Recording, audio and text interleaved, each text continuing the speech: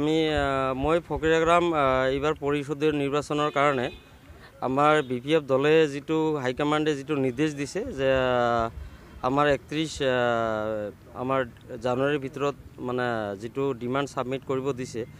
তো সেই মোৰ আজি প্ৰাৰ্থিত্ব প্ৰত্যাশী হিচাপে আজি মোৰ ডিমাণ্ডটো ইতিমধ্যে মই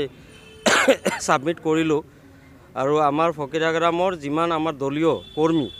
আমাৰ প্ৰাইমাৰী সভাপতি সম্পাদক প্ৰমুখে আমাৰ বুথৰ প্ৰাইমাৰী বুথৰ সভাপতি সম্পাদক প্ৰমুখে আমাৰ যিমান কেইটা উইংছ আছে ইয়ত পেৰেণ্ট বিএছও আমাৰ মহিলা উইংছ আৰু আমাৰ যিকেইটা সেল আছে সবকে লৈ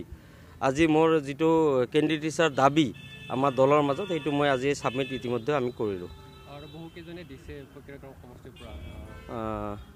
হয় বহুতে কেইজন মানে ইতিমধ্যে দুজনে দিলে আমি জনামতে ইতিমধ্যে দুজন জমা দিছে আজি মই তৃতীয় মানে পাৰ্সন হিচাপে মই জমা দিম আৰু ইয়াৰ পিছত আৰু হয়তো কোনোবাই জমা দিব পাৰে এতিয়া দলে যিটো যাক নিৰ্বাচিত কৰিব আমি সবে একমত হৈ আমি এইবাৰ যেনেকৈ হোক আমি বিপিএফক আমি জয়ী কৰাম এইটো 100% নিশ্চিত আমি ইতিমধ্যে দলৰ হৈ কাম কৰি আছোঁ আৰু এইটো আমি উমান পাইছোঁ আমি ফকিৰাগ্ৰামত 100% বিপিএফ জয়টো নিশ্চিত আপুনি কিমান আশাবাদী টিকেট পোৱালৈ হয় টিকেট পোৱালৈ মই 100% নিশ্চিত দলে কাৰণ আজি মই ভালেকেইটা মানে নিৰ্বাচন মই চলালোঁ দলীয় আমাৰ সতীৰ্থসকলক লৈ আৰু আজি বিগত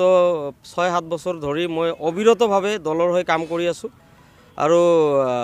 যেহেতু মই দলৰ হৈ অবিৰতভাৱে কাম কৰি আছোঁ সকলো স্তৰৰ গ্ৰাছ লেভেলৰ পৰা একদম মানে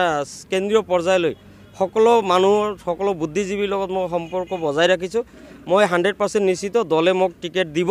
আৰু মোক দলে টিকেট দিলে মই 100% বিজয় হ'ম বুলি মই নিশ্চিত হৈ আছোঁ।